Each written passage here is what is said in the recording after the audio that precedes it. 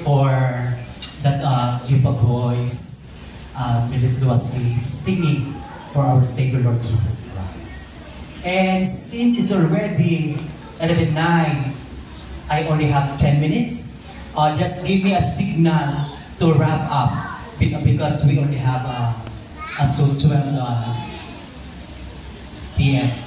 And so I would be up by this. I just know that one. Kagabi, talagang pag alam mong tatanggap ako ng assignment to give a discourse like this, sermon. Talagang obviously may mangyayari sa akin a day or even during this I will deliver that discourse. And ngayon may tumutusok na naman sa lalamunan ko. And haghan ang phone ko up to 12 midnight, wala akong nasusulat. So kanina ko parang sinulat yung aming sermon. And the key text says it all. Our key text is, may I read again? 1 Peter 4:10. As every man hath received a gift, even so, minister the same one to another, as good stewards of the manifold grace of God. Okay, so I am discussing now the stewardship. This is a review because I know that you know already how to become faithful servant as stewards of God. And the stewardship that I'm going to focus on is about talents. And okay. I would like to ask this dispensation kasi kagabi parang akong tinatamaan, parang pag maulit ko yung sasabihin ko mga strong statement and na nabasa ko, baka masaktan din kayo. Wala akong planong manakit sa inyo. Until now, I have no enemy. I am in good terms with you. So kung may masabi man ako na somewhat strong statement, hindi yung personal. Okay. I would like to acknowledge and be reminded and to realize that we are nothing without Christ. Truly, kahit kaano tayo ka-successful, ka-gifted, ka-talented, everything. But without Christ, we are nothing. But if we are going to abide, cling to Jesus, we can be the very best version of ourselves. We can be most helpful to everyone. We can serve. We can do the purpose that God would like us to have. May I read? Talagang summary na lang, dumiretso na ako sa summary. I tend to have an exposition literary style and a little details going to denoma. But then, may I read na lang diretso sa summary. Okay. Without Jesus Christ, we can do nothing. But with Him, we can do all things through Christ that strengtheneth me. Jesus Christ had made us, would like us to become the very best person. He would like to give all the miracles, the blessings that we need in order to become a good steward. He wanted us to be the head, to be the boss, to be the ambassador, to be the judge of the universe, to co-judge. Do you know the purpose of God? We will tackle later the primordial purpose of God to us. And we would like to align ourselves because if we do not know the basic, the original purpose of God in us, magiging kagaya lang tayo ni Solomon, magiging kagaya tayo ni Samson, na all the blessings nasa kanya na pero somewhat the enemy will not give him victory every step of his way. So, may I read again, even though we are the most talented, wisest, robust, richest, we attain the highest and greatest positions, possessions, we have the popularity, We strive to achieve that promptitude, the beauty, that mga celebrities, lahat ng tao, walang kumpay gumastos para lang maging beautiful. We may have the perspicacity, the spiritual discernment before at Solomon. And we may have the prosperity and powers in all aspects of our lives. But all his pursuits, this temporal happiness and fleeting fulfillments are indeed vain and nothing. Solomon always said, all is vain. And if you could possibly 1 Corinthians 13, 1-3, this is the will of God, that we will have all this talent. And the most important talents is the gift of speech. Now may I repeat 1 Corinthians 1:13. It says, though I speak the tongues of men and of angels, and though I have not charity, I am nothing. I sound less a sounding brass and a tinkling cymbal. And though I have the gift of prophecy and understand all mysteries and all knowledge, and though I have all faith, so that I can remove mountains, and have not love, I am nothing. And though I bestow all my goods to feed the poor, and though I give my body to be burned, and have not love or charity, it profiteth me nothing. So very talented ka na, lahat ng gifts kagaya ni Solomon nandyan na. Sino pa ba maayaw kay Solomon na he has the beauty na lahat lumilingon, talagang head turner. 2 times lumilingon ka kay Solomon. Isang pagkakabigo lang, alam niya ang powerful question to detect who is the erring one. Malalaman niya kung may pag-ibig ka wala. Sasabihin niya, give that child to that girl, to that mother. She is the one, the original one. Because wisdom that he has, the discernment that he has.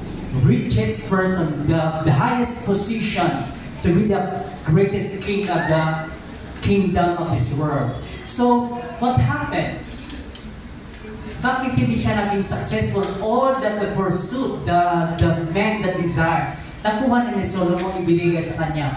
Pero nangyari, he said, it is vain that what I did. Alam mo nangyari sa kanya. Solomon, sa pagkakaroon niya ng walang sawang 1,000 na asawa, 1,000 years na nagkagulo ang bayan ng Diyos. The north and the south, nagkagulo. Away ng away, marami ng kinsan nag-changes. Pero, ang ganun nangyari, gulo ang ginawa niya. Although he has all the gifts, the wisdom, sana maging the best king, representative of God, he did not fulfill the purpose of God that is given to everyone. But God really wants us to be most powerful, the most talented one. Kung gusto niyo magkaroon ng marami pa ng talents, professions, magkaroon pa kayo ng PhD, MD, DVP, na mga success sa pangalan natin, it's okay, go! Because want you to become the head, you want to become the boss, an ambassador, a judge in this world. And walang problema yan. Consume all the time. The time consuming, gawin nyo na. You got given 30 years to study, but then don't depart from the purpose that God wants us to be. Let us use all the stewardship, the gifts that we have in aligning, fulfilling the purpose of God. Okay, you may gain the whole world that can offer, but what can you exchange for yourself? Jesus said. Kahit pag-ano ka tayo katalino pa ni Solomon, ano mangyayari? Do not be haughty. Why? Because you will never succeed. You cannot even move one finger, or you can never have that one step, the first step. If Jesus, who is our loving, our guidance and protection, will not sustain us, we will not be able to obtain what we are enjoying now. Otherwise, He will do what He has done to Job. Na isang minuto pa na lahat ng nasa kanya ay naubos. You know, remember the story of Job. Physically, nagkasakit mula ulo hanggang paa. Hindi niya magamit ang daliri kamuti. He has the most sore boils in the whole body. Yung 10 niyang magagandang anak, isang iglap na namatay sa isang bagyo sa party pa yun. Yung lahat ng ari-arian niya ng mga napirata ng kasusunod. So in 1 minute, nag-report ganun. If God will allow everything that the devil is accusing us, we will not ever progress. So however we are rich, we are powerful, we are talented, never depart from God. Use what we have in serving God because this is our very purpose. You know the primordial purpose of God? Why He created this world? It is because we are to become the judge, to glorify God, to vindicate the name of God that is being character assassinated by the devil. Ang accusation ng Satanas, malupit ka, you have a despotic kingdom. Nobody can obey, can follow your 10 commandments. Your constitution, your government is despotic. We don't like you. And so God, in order to prove na mali ang accusation ng kaaway in heaven, He created the world. And unfortunately, it is only our world who was deceived. Our first parents, Adam and Eve. And so what happened? In order that He created new worlds, because He wants us to become judge, right? You know that only who can co-judge with God is the very intellectual person. So He created this masterpiece, and we are the masterpiece. We are the one who is qualified to judge Satan that he is wrong, and Jesus Christ is correct. And only the masterpiece in His image and own likeness can do that. And the devil is so envious in us because gusto niya kasing sambahin siya, magkaroon siya ng kingdom, but He gave to men the power, the blessings to get married and to progeny. Kasi siya gusto kong ng kingdom, gusto kong i-worship, but man was given, Adam and Eve was given to multiply his own genes. So we are now cannot be counted as many as the sun of the sea and the stars in heaven. So by that, are we really qualified to judge Him as intelligent? We do not witness. Kaya gagawa siya ng panibagong intelligent people na magiging judge sa buong universe. Yung hindi na witness kung ano nangyari sa langit. Kasi kung ang mag-judge ang mga kapwang anghel na naka-witness, bias sila. So, kailangan He has to create a new one. Para walang bias, walang prejudice and everything. And so be it. God allows everything to happen. We will encounter the temptation of Satan, and we will encounter the blessings and the love of God. And so when we experience all this, what is happening in this world, we are the right people to judge that Satan is the deceiver and the murderer, and he even killed our God. So we can say na tama ang judgment mo. Satan in these last days has to be annihilated. He has to be burned and exhumed and to be gone in total oblivion. Come that hell that Jesus made. So, are we the part? Our purpose is to vindicate God, to glorify God, and to become the judge, the co-judge, co-jury with God. And also the last portion is, na purpose natin is to replace them. They are already perfect, created by God in heaven. They are already experiencing bliss and blessings and heaven. Nagpaka-foolish pa sila. So we are now going to replace them. That is the primordial purpose. Huwag tayong mawawala sa purpose na yan na tatlo. To glorify God in whatever we do, in our talents, so that we are qualified to judge them and to replace them. Are we clamoring to replace them? Are we ensuring our calling by using to become wise servant to really replace the devil and to enjoy that eternal beauty and eternal happiness? So, here, play, do all the talents that you would like. Consume all the time that you would like. But then, we will be successful only when God is allowing. Everything naman in this world is allowed by God because He is just watching kung ano ang gagawin ng intelligent being na kanyang ginawa. Is He going to be coaxed and deceived by the devil, or we are always doing the righteous decision? So, we are the spectacle of this universe. We must be faithful according to God's primordial purpose in creating us. Kaya pinagigingnan na bawat movement na, bawat decision natin, ano ba, sino bang pipiliin niya? Ang kaaway o ako? So, how He will use His talents? Pang sarili lang, personal aggrandizement, personal comfort, or it will be used to the second purpose. Ang second purpose ng paglaano natin Panginoon ay to be used as God's conduit of blessing. Yung talent ng ating lahat ng mga maggamit ng tama for everybody's people na maraming masave na papalit. So are we reaching out? Are we using, kagaya ng mga businessman, are we using that talent to multiply this exponentially multiply the business, the money that God has trusted us, to multiply the talents so that Jesus will say, "Well done, thou good faithful servant. You are so faithful in few things. Welcome. Enter to the joy of my into my joy." So that is the two purpose lang na kailangan natin. And in order to develop, kailangan na namin, I think i-close ko, in order to develop these talents that we have, meron lang tatlong enumeration.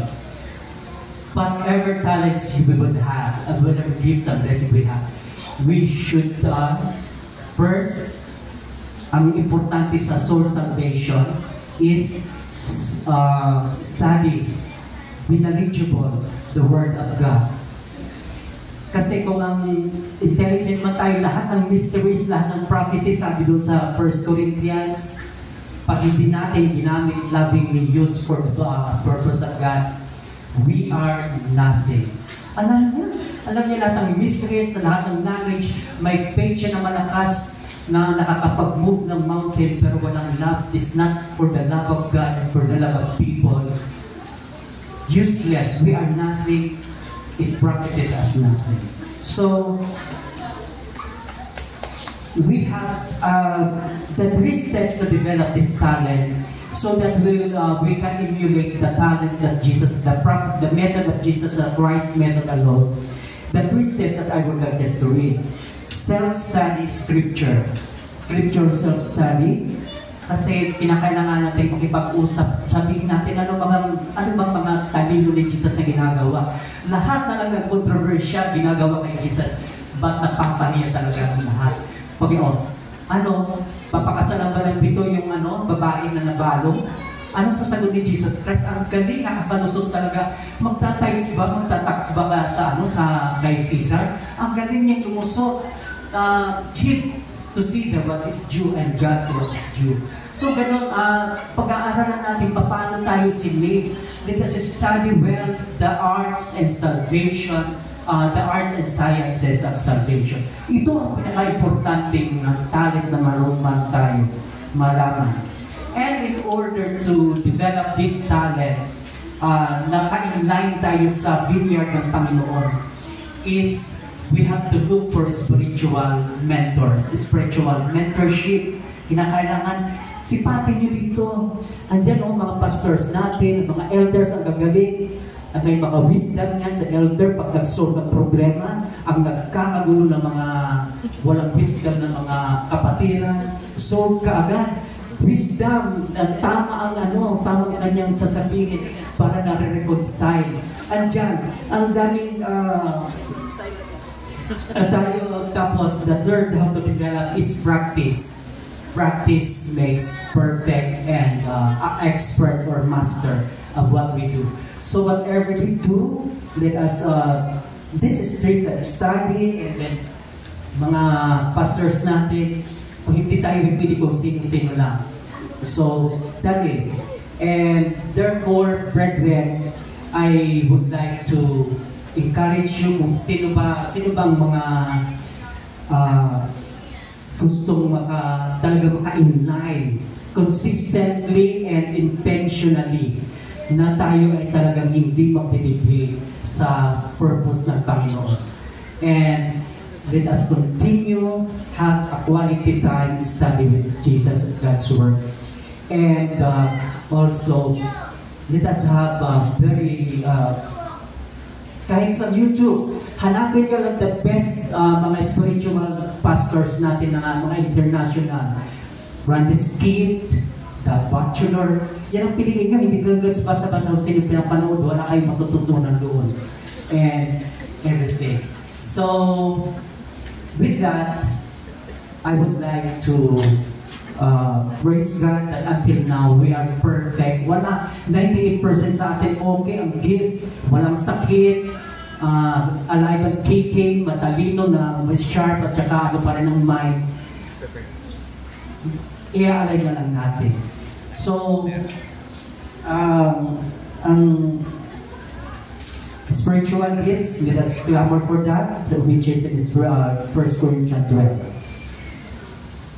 This is my prayer for every one of us, to be faithful as stewards. As Jesus has said, welcome, enter into the joy, the kingdom of heaven, as we are faithful.